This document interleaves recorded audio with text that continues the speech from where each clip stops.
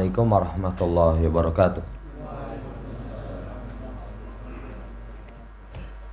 Innal hamdalillah nahmaduhu wa nasta'inuhu wa nastaghfiruh wa na'udzu billahi min shururi anfusina was sayyiati a'malina may yahdihillahu fala mudilla lahu wa may yudlilhu fala hadiya lahu wa asyhadu an la ilaha illallah wahdahu la syarika lah wa asyhadu anna Muhammadan abduhu wa rasuluh. Allahumma salli ala Muhammad wa ala ali Muhammad. Ya ayyuhalladzina amanu taqullaha haqqa tuqatih wa la tamutunna illa wa antum muslimun. Ya ayuhan nasu taqu rabbakumul ladzi khalaqakum min nafsin wahidah wa khalaqa minha zawjaha wa batha minhuma rijalan katsiran wa nisaa'a wa taqullaha alladzi tasaaluna bihi wal arham innallaha kana 'alaikum raqiba. Ya ayyuhalladzina amanu taqullaha wa qulu qawlan sadida yuslih lakum a'malakum wa yaghfir lakum dhunubakum wa may yuti'illaha wa rasulahu faqad faza fawzan 'azima. Amma ba'd, fa inna ashdaqal hadithi kitabullah wa khairal hadi hadi Muhammadin sallallahu alaihi wasallam wa syarrul umuri muhdatsatuha fa inna kulla muhdatsatin bid'ah wa kulla bid'atin dhalalah wa kulla dhalalatin finnar. Ma'asyiral muslimin rahimani wa rahimakumullah, kita masih berada dalam kaidah la yuflihu sahiru haitsu ata. Tukang sihir itu tidak akan beruntung dimanapun dia datang. Pertemuan terakhir penulis menjelaskan, setelah seseorang tahu, yakin tukang sihir itu tidak akan mendapatkan keberuntungan dimanapun dia datang, maka buah yang pertama, seseorang akan menjauhi sihir dengan bermacam jenisnya. Perdukunan, jimat, mantra-mantra, ramalan-ramalan. Dia akan menjauhi. Yang kedua, dia akan waspada untuk memikirkan praktek dari bermacam sihir, walaupun ada sesuatu yang membenarkan. Oh, saya praktek sihir ini untuk kemaslahatan. Contohnya suami istri supaya semakin sayang. Itu nggak mungkin terpikir dalam dirinya. Kenapa? Karena dia tahu ayat Allah, tukang sihir itu nggak akan beruntung dimanapun dia datang. Kemudian yang ketiga, dia akan waspada bahaya yang besar siapapun yang ikut andil dalam sihir. Tiga ini sudah kita baca di pertemuan yang lalu. Kemudian poin yang keempat, di halaman safha sabi'a wa sab'un 77. Inda'u fat nafsulah dotan wa zayyana syaitanu laha syai'an min hadhil af'alil munkarati fal yubaddir bitaubatil ana. Jika jiwa lemah sesaat, kemudian syaitan menghiaskan untuknya sesuatu dari perbuatan-perbuatan mungkar ini. Namanya orang, kadang kalau kondisi permasalahan berat, jiwanya lemah, syaitan ambil bagian. Itu mengantarkan seseorang, itu wah sudahlah, ambil jalan pintas. Ambil jalan pintas. Punya istri misalkan, malah lungo. Ya, lungo nih ternyata seneng sama orang lain. Sudah memiliki anak, berat. Kalau kondisi jiwa lemah, syaitan ambil bagian, akhirnya wis golek puter giling wae. Supaya nanti istri mau kembali.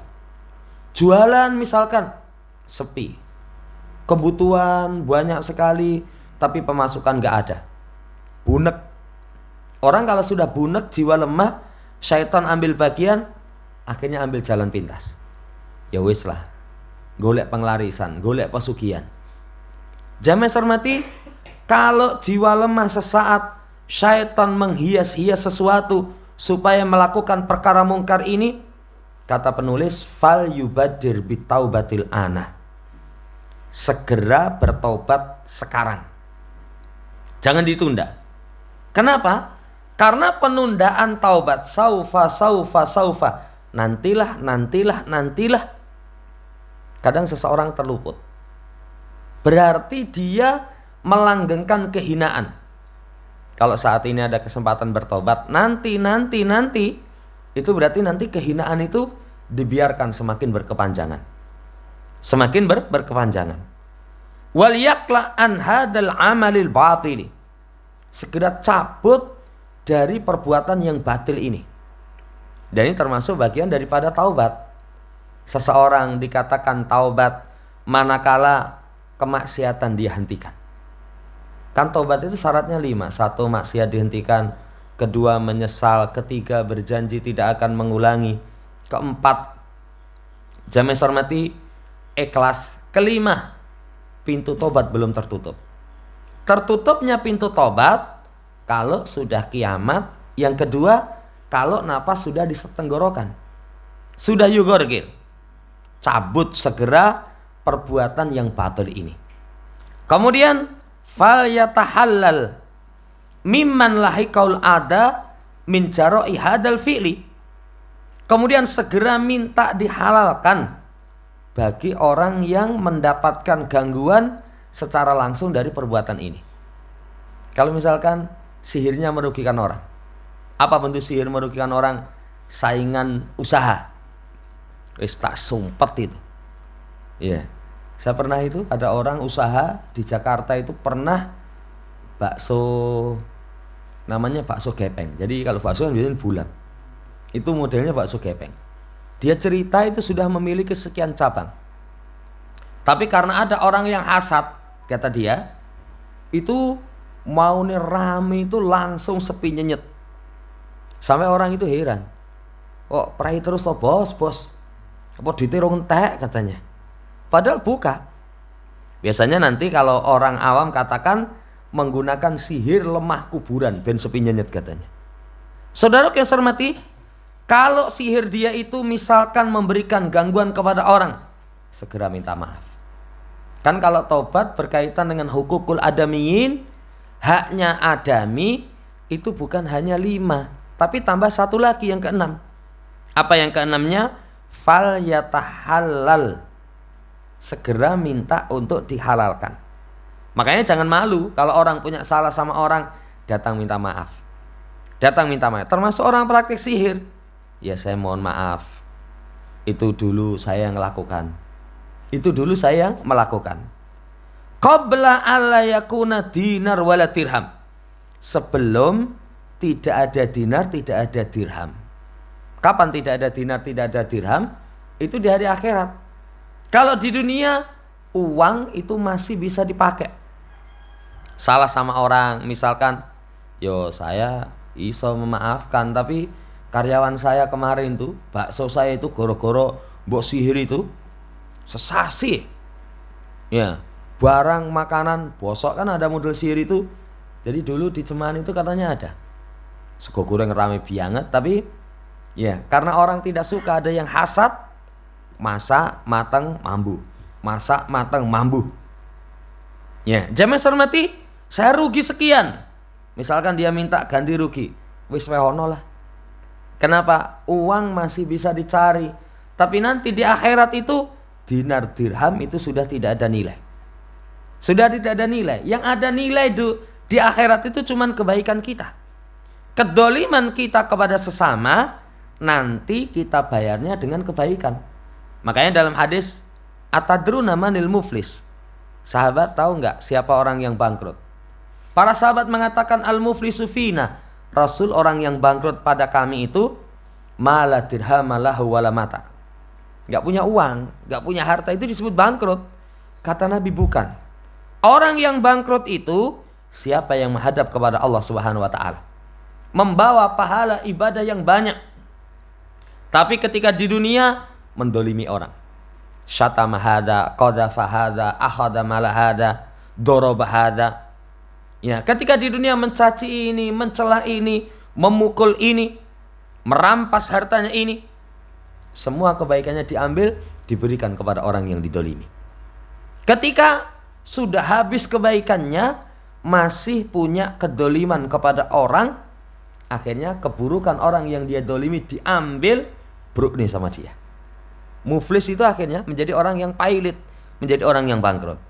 Nah, ini nasihat penulis. Jadi poin yang keempat, saudaraku yang saya hormati, kalau seseorang hati lemah, kejeglong sihir. Kejeglong sihir, segera taubat, segera hentikan perbuatan batil itu. Kalau ada orang yang merasa kita ganggu, segera minta dihalalkan. Wa qabla an yuqafa lil hisab baina yaday man la tahfa alai khafiyatun. Sebelum ditegakkan untuk dihisab di hadapan Allah Subhanahu wa taala, yang di hadapan Allah itu tidak ada satu perkara pun yang tersembunyi. Kalau di dunia disebut sihir itu karena memang tersembunyi. Karena memang tersembunyi. Ada kalanya itu yang melakukan ternyata orang dekat. Loro kecil-kecil itu. Tapi nggak ada yang tahu. Ternyata pelakunya adalah orang yang terdekat di antara dia. Mungkin di dunia dia praktek sihir, nggak ada yang tahu. Tapi di hadapan Allah Subhanahu wa taala, la tahfa alaihi khafiyah.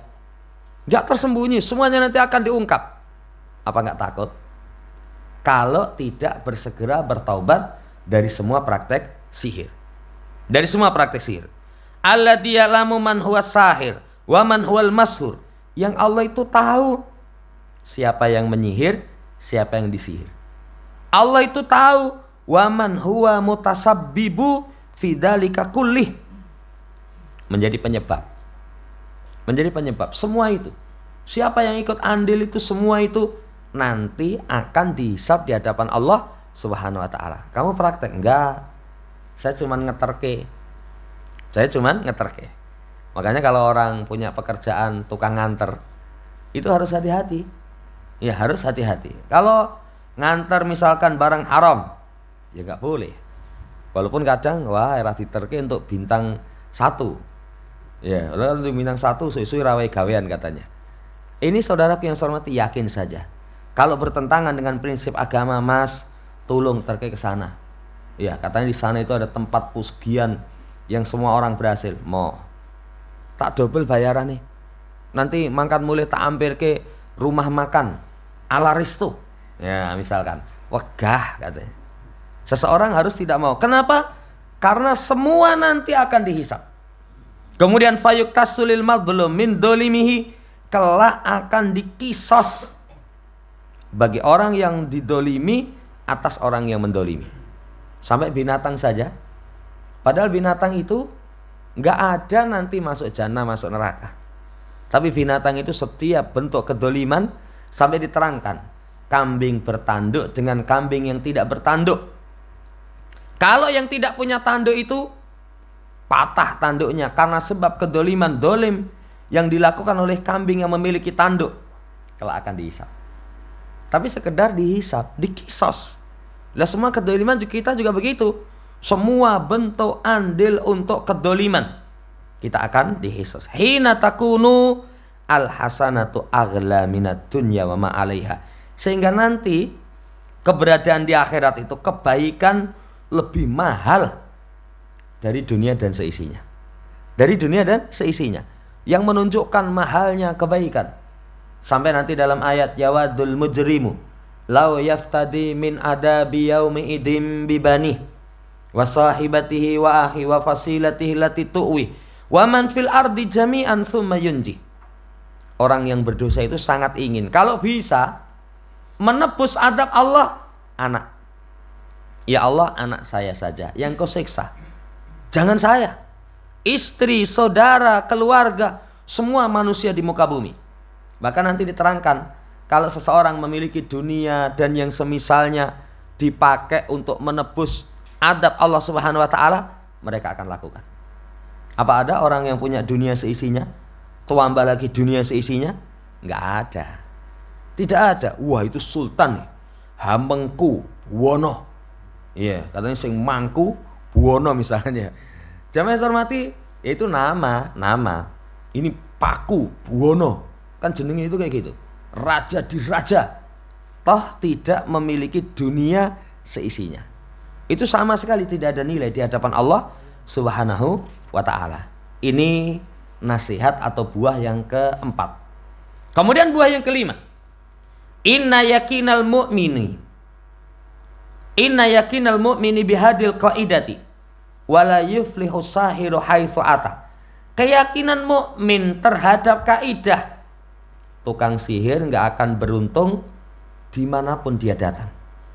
Mimma yuqawwi ibadat tawakkuli indahu. Pertama, menguatkan ibadah tawakal di sisi Allah Subhanahu wa ta'ala. Kan kadang namanya tukang sihir itu di sekitar kita banyak sekali kok. Banyak sekali. Kalau orang cerita tentang praktek sihir, ketemu di jalan dicablek, HP ini kulopek nggih, wehke. Lah dompete wehke. Ya, cincin, wehke. Semua dikasihkan itu. Pernah ada seorang anaknya ngaji, cerita, mboke itu ketika lewat di satu gang sepi, dicablek uang, semua perhiasan diminta diwehke. Setelah diwehke, pulang sampai rumah baru sadar, nangis. Anaknya takut, lho mbok ngopo nangis? Ya. Kuape perhiasane, ya. Jawabnya apa? Mama itu diminta sama orang. Nah, jenengan wehke. Iya tak wehke. Gempun mesti wehke kok. Ditangisi. Lah cuman diwehkenya dalam keadaan terkena sihir. Terkena sihir. Banyak itu. Ya. Kadang seseorang yang kulaan bakule orang kafir. Saya pernah cerita ada orang punya usaha, itu kalau kulaan bahan ke tempat orang kafir itu, semua barang yang dijual itu kelihatan baik. Kelihatan baik. Begitu dibeli sampai rumah, ngedole piye? Ngedole piye? Ternyata penjualnya pakai sihir. Kemudian teringat doa Nabi SAW yang beliau ajarkan. Kalau seorang misalkan mau keluar membaca doa, Bismillahirrahmanirrahim, la haula wala quwwata illa billah. Itu enggak diganggu oleh syaitan. Begitu sampai di tempat dia membaca doa, a'udzu bikalimatillahi tammah min syarri ma khalaq. Lam yadurru syai'un hatta yartahila. Enggak terkena madarat sampai dia pindah. Akhirnya begitu keluar doa, sampai di situ doa. Ya, delok barang itu cetowa, ini apa ini? Ini elek. Sampai akhirnya bakule yang kafir itu, wah, sing ape-ape mbok pilih kabeh. Itu menunjukkan sihir itu tidak lepas dari kehidupan kita. Ini banyak sekali. Ya, banyak sekali. Di instansi tertentu persaingan sihir. Ya, berkaitan dengan jabatan-jabatan sihir. Nggak lepas itu. Lah kalau seorang tahu sihir itu nggak beruntung, menguatkan tawakal. Sudahlah tawakalnya yang kuat. Apa tawakal yang kuat itu? Satu, bersandar hanya kepada Allah. Kesempurnaan sandaran hanya kepada Allah. Yang kedua, yakin yang bisa menolak madarat, mendatangkan manfaat cuma Allah. Yang ketiga, ikhtiarnya. Ikhtiar itu dzikir pagi, dzikir sore. Sering kita lupa. Dzikir pagi, dzikir sore itu ternyata penjagaan luar biasa. Pernah kita sampaikan, ada seorang yang pernah menjadi sopir ulama. Ulama itu padahal kesibukannya luar biasa. Ada waktu-waktu yang beliau tidak mau diganggu. Bar asar atau bar subuh. Ya, kalau kita bar subuh coba ganggu. Ngopo? Ngeleker. Turu, bukan dzikir pagi. Dzikir pagi. Tapi kalau ulama habis subuh itu nggak mau diganggu. Dzikir pagi. Ini ikhtiar kita. Jadi penjagaan kita. Jangan lupa berdoa, Karena banyak sekali orang-orang yang jahat yang ketika mereka tidak paham terhadap perkara syariat. Jamaah hormati, yang pertama menguatkan ibadah tawakal. Yang kedua, adamul khaufi min irhabi hadasin fil hakiri minan nas. Tidak takut ketika ada irhab, intimidasi, teror, ancaman dari jenis yang hina dari manusia ini. Karena ada kalanya dukun kasih ancaman, wah macam-macam wes titenono. Ya, sesuk batang kamu. Kadang ancamannya seperti itu. Ya, ancaman macam-macam dari tukang sihir. Rasa takut. Tidak takut. Kenapa tidak takut? Kata Allah, wala yuflihu sahiru haitsu ata. Tawakalnya kuat, kemudian tidak takut. Coba kalau seseorang dalam keadaan takut karena ancaman tukang sihir, orang tenang. Orang tenang. Kan kadang diancam. Nah, perempuan, kowe anggere ra gelem tak rabeni wis, tak santet ora payu rabi sak umur-umur misalkan. Ora wedi lah. Ya enggak takut, tawakalnya disempurnakan. Wa humus saharatu, yang mereka itu adalah tukang sihir. Wa yatadakkaru indaha qaulallahi azza wa jalla. Dia ingat di sisinya itu ucapan Allah Subhanahu wa taala. Alaisallahu bikafin abdah. Bukankah Allah itu yang mencukupi hambanya? Jawabnya bala wallahi. Tentu demi Allah. Jadi merasa cukup dengan pertolongan Allah Subhanahu wa taala. Buah yang kelima, saudaraku yang saya hormati, tawakalnya kuat, rasa takutnya hilang. Kenapa? Karena dia yakin alaisallahu bikafin abdah. Bukankah Allah yang telah mencukupi hambanya? Allah mencukupi kok. Oh, rasa takut, gak usah takut. Ini yang kelima. Yang terakhir, nasihat penulis. Wa mimma yahsunu ta'ammuluhu wa tafakkuru fihi. Di antara perkara yang baik untuk direnungkan, dipikirkan. Anna haula'i saharata raghima ma yamlikuna minal amwali wa ma ya'isunahu min sakratil tifatin nasi ilaihim. Ini yang kelimanya. Yang keenamnya, bahwasanya tukang sihir ini, mereka, saudaraku yang saya hormati, itu sangat ingin apa yang dimiliki oleh orang-orang berkaitan dengan harta. Ternyata sihir itu kembalinya kepada harta. Kepada harta. Sampai ada ulama itu membawakan kisah. Ada seseorang bercerita. Dia itu hidupnya pontang-panting, tapi tetangganya itu hidupnya kecukupan tapi nggak bekerja. Kan kadang orang itu kecukupan nggak bekerja. Satu, itu dia punya pensiunan. Kedua, mungkin dia punya usaha yang lain yang itu dijalankan orang. Oh, Pak Dene santai terus ini ndak ndino gur nyingsoti kutut misalkan. Ya, lah itu kos-kosane, kontraane sak nggon-nggon nih. Nah, kos-kosan, kontraan sak nggon-nggon. Kalau zaman dahulu santai, di rumah duit itu diteri sarang walet.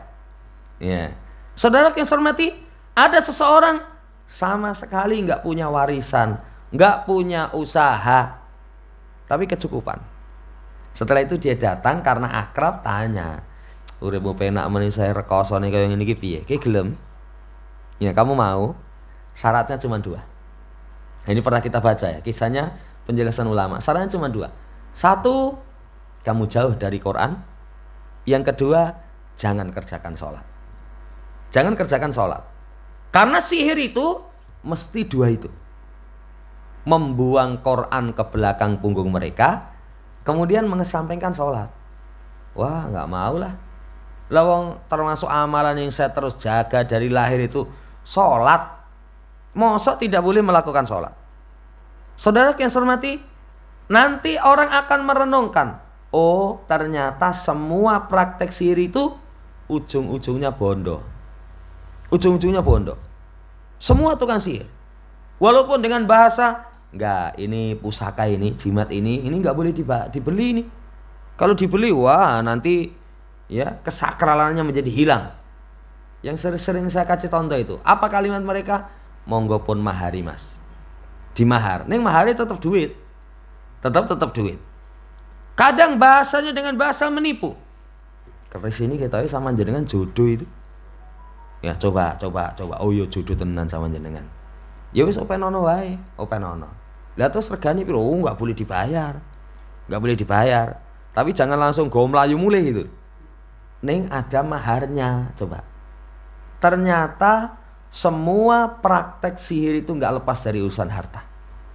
Wa ma ya'isunahu, dan apa yang mereka hidup dari sekelilingnya manusia kepada mereka itu enggak lepas dari urusan harta. Jadi urusan harta. Illa annahum min at'asin nasi hayat. Cuman mereka itu adalah termasuk manusia yang paling celaka kehidupannya. Walaupun secara duniawi mungkin bergelimang harta. Bergelimang harta, tapi paling celaka. Ahbasuhum nufusa, paling buruk jiwanya. Wala ajaban, bukan perkara yang menakjubkan. Kenapa? Faman salama qiyadahu li syayatin wa kafara bi rabbil alamin kaifa yas'adu am kaifa yuflihu. Orang yang menyerahkan kepemimpinannya kepada syaitan, kufur kepada Rabb semesta alam, bagaimana mungkin akan bahagia? Walaupun orang bergelimang dengan harta. Kayak di negeri kita ada tukang sihir dukun yang sudah tobat. Jenenge ya gendeng Ki Joko Bodo gendeng itu loh pokoknya. Iya. Itu di Jakarta dulu rumahnya itu Masya Allah ya. Orang kalau menilai rumahnya itu bukan sesuatu yang murah, bukan sesuatu yang murah. Lihat dukun itu, coba yang ngundang apa itu, yang katanya bawa remote langit itu ternyata bukan 50.000 itu. Mbak Rara 50.000 gelem apa ora? Wah 50.000, 50 juta mungkin itu. Diundang sekali hadir. Dari urusan dunia mungkin orang penghasilan luar biasa, profesi sebagai dukun. Padahal apa sekolah rekoso? Enggak, guru ngekep kuburan ya. Kalau enggak itu kungkum, dipengging, gitu. Bongso-bongso ra cetha itu. Bukan sinau ya, tahun-tahunan kuliah, enggak sama sekali. Ya, tapi penghasilannya seperti itu. Tapi kok ora bahagia? Enggak bahagia. Kenapa? Karena bagaimana mungkin bisa bahagia kalau dia serahkan urusannya kepada syaitan, kufur kepada Rabb semesta alam. Jadi hati-hati. Kesimpulan yang terakhir kata penulis, dukun itu nggak lepas daripada harta. Nggak lepas daripada harta. Sampai orang katakan dukun, yen ra diadoni ora rukun. Ora rukun. Ya kan ora ono udune moh nyun tulung niki Mbah, jenengan sing ikhlas ora mungkin. Ya, ora mungkin. Saudara yang saya hormati, selesai penjelasan dari penulis. Bahan renungan pertama. As-sihru tijaratun kasidah fid dunya wal akhirah. Sihir itu adalah perniagaan yang rugi dunia akhirat. Ini renungan kita. Jadi sihir itu perniagaan yang rugi dunia akhirat. Nggak mungkin mendapatkan keberuntungan. Nggak mungkin mendapatkan keberuntungan. Ini pegang teguh supaya nanti seseorang tidak tergoda ketika jiwanya lemah. Yang kedua, Kul la ya'lamu man fis samawati wal ardil ghaiba illallah. As-saharatu min akfaril khalqi bihadil ayah. Katakan Muhammad, tidak ada yang tahu siapa yang di langit dan di bumi perkara yang gaib kecuali hanya Allah. Kalau tukang sihir, salah satu dakwahnya itu mereka mendakwa mengetahui yang gaib. Yang gaib itu terbagi menjadi dua. Ada gaib hakiki. Gaib hakiki itu apa yang terjadi di masa yang akan datang. Kalau gaib yang kedua, gaib nisbi. Gaib nisbi itu misalkan orang kehilangan kendaraan. Kendaraan hilang. Teko, Mbah kendaraanku hilang sing nyolong sopo ya? Bukan bae buka CCTV, bukan. Mbah langsung ngetokke apa itu? Panci, kok banyu, buat diwaca itu. Atau kaca benggala. Opo kaca benggala? Iya, jamaah hormati. Kalau perkara gaib yang hakiki maupun yang nisbi, ilmunya di sisi Allah. Sihir, tukang sihir yang mendakwa itu berarti makhluk paling kufur. Karena mendakwa tahu perkara yang gaib. Nah, ini bahaya sekali ini. Berbahaya sekali. Ini yang kedua. Walaupun di masyarakat kita itu banyak orang yang terpengaruh. Dulu sebelum pemilu menang itu. Sebelum pemilu yang dimenangkan oleh Pak Prabowo itu ada orang-orang ngomong, iki sing menang Pak Prabowo. Loh kok ngerti? Loh, wino dukun, wah luar biasa itu ramalane, ora tahu meleset. Kalau itu yang ngomong orang awam, mungkin kita anggap wong awam ya. Ini saya ngomong gaweane ngaji itu. Cuman nggak ngaji dengan pemahaman salaf. Ngaji ini ngaji model umum. Wah, yakin iki engko sing menang tetep Pak Prabowo katanya. Iya. Ngomong biyen wali wis ngomong ya. Jadi wali ini Pak Prabowo ini besok akan menjadi presiden. Ya. Jamaah hormati, kemudian betul terjadi, dipercaya, bahaya. Karena sihir itu merupakan paling kufur. Kalau kita orang yang ngaji, apa sikap kita ada ramalan seperti itu terjadi? Ya memang kebenaran baik. Pertama. Kedua, mungkin dia mendapatkan bisikan dari syaitan, yang syaitan itu mencuri berita dari langit. Dibisiki. Kan tukang sihir itu ada kalanya satu kali benar, tapi satu kebenaran dicampur dengan 100 kebohongan. Yang jelas kita kaum muslimin gak boleh percaya, karena termasuk min akfaril khalqi bihadil ayah. Renungan yang kedua. Renungan yang ketiga, la yumkinu li mu'min rasahal imanu fi qalbihi ayastami'a li mida'ilil ghaibi fadlan an yusaddiqahu. Tidak mungkin bagi orang yang beriman yang keimanan itu menancap kokoh di hatinya, memperhatikan pendakwa gaib, lebih-lebih mempercayai. Gak mungkin. Ono ramalan delok sih. Ya, 2024. Ya, kemudian lah kamu lahirnya apa tuh? Saya lahirnya Agustus sih. Oh, berarti bintangmu Merkurius. Bintangmu Merkurius. Delok sih kira-kira bener apa enggak. Wah, tenan nih. Iya, ekonomi seret, asmara goncang. Wah, langsung percaya. Ini kata Syekh, enggak mungkin orang yang mukmin yang keimanannya menancap dalam hatinya dengan kokoh memperhatikan seperti itu. Apalagi percaya. Apalagi percaya, enggak mungkin. Karena kalau dia percaya, sungguh dia telah kufur kepada Al-Quran. Yang ketiga, amitu sihra wa ahlahu bijtinabihi sawaun kana fi sahifatin au maukiin au idaatin au tilfazin au ayyi makanin. Matikan sihir dan pengikutnya. Apa bentuk mematikan sihir dan pengikutnya itu? Satu, bijtinabihi, dengan ijtinab. Ijtinab itu adalah meninggalkan disertai dengan menjauh. Cedak-cedak nggak boleh. Ya, itu ditinggalkan disertai dengan menjauh. Misalkan di sahifah, di lembaran-lembaran. Kalau zaman dahulu koran itu ternyata ada rubrik. Ya, ada rubrik perbintangan, rubrik ini. Itu tinggalkan. Itu bentuk mematikan. Buku-buku yang berkaitan dengan ramalan, buku-buku yang berkaitan dengan cara mengeluarkan chi dari tubuh. Chi itu apa itu? Ya, chi itu apa? Cara mengeluarkan kemampuan luar biasa dalam jiwa kita. Ya, cara mengolah misalkan ya, orang memiliki supranatural. Buku-buku seperti itu tinggalkan, ojo malah tuku. Nanti kalau tuku semakin laris. Semakin laris itu sihir. Itu tinggalkan. Demikian pula maukiin, tempat-tempat. Kadang mereka itu lumpuk ke wong, ngumpulkan orang, kemudian di situ kami dari pesantren ini ya punya kemampuan ilmu wali. Ojo nyedak. Nanti kalau rame, wah, mereka tambah semangat untuk mempelajari sihir. Jauhi. Kemudian dari siaran-siaran, channel-channel di HP ini, kalau orang tidak hati-hati ternyata channel tentang sihir, channel tentang perdukunan akeh banget. Gus ini katanya, kemudian kiai ini punya kemampuan linuwe. Ojo mbok delok, nanti mbok delok. Ya, mbok delok sana semakin dapat uang.